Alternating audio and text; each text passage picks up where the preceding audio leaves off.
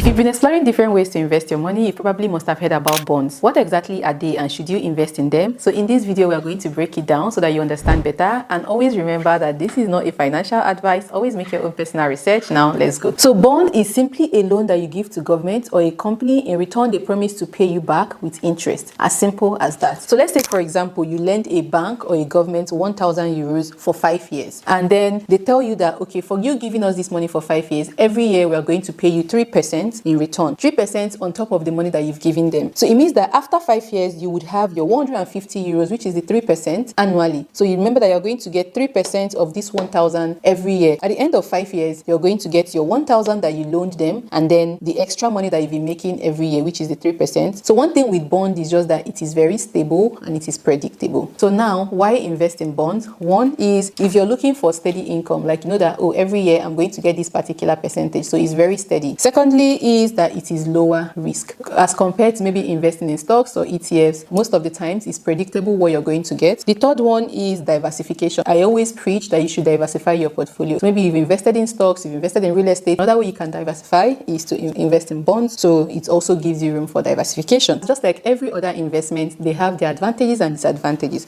So disadvantage of this is that it has lower return. So most bonds you see, you probably see like maybe 4%, 5%, 2%, 3%, as compared to maybe some investments that you can make and you're getting 20% in return. The next is that your interest rates could be at risk. So bond prices drop when the interest rate rises. Another disadvantage too could be inflation risk, because the money that you've given them that they're holding for 5 years can lose value over time. Just like the 1,000 euros you have today and the 1,000 euros you had last year, you could buy more with 1,000 euros last year than you can this year. So it could also be losing value. But just like every other investment, no one has it 100%. Who is this investment perfect for? One is perfect for people nearing their retirement who cannot afford to take so much risk. It's also good for conservative investors who value capital preservation. So if you know that you're someone that you don't really want to lose any money, like you want the money that you have. If I say I'm putting 1,000, I want to get back my 1,000, this investment is perfect for you. If you're also someone who wants reduced volatility, say for example, you've invested in stocks, like you know that it's very volatile, you're looking for a place that I don't want problem, you go with bonds because the volatility is well reduced. So now, how can you buy bonds? You can either go through brokerages or you can even do it on some apps. I use Trade Republic and I can easily invest in bonds in Trade Republic. You can also buy mutual funds or ETF bonds. They also have bonds in mutual funds or ETFs. I hope that this video helps you. Thank you so much for watching, and I'll see you in my next video.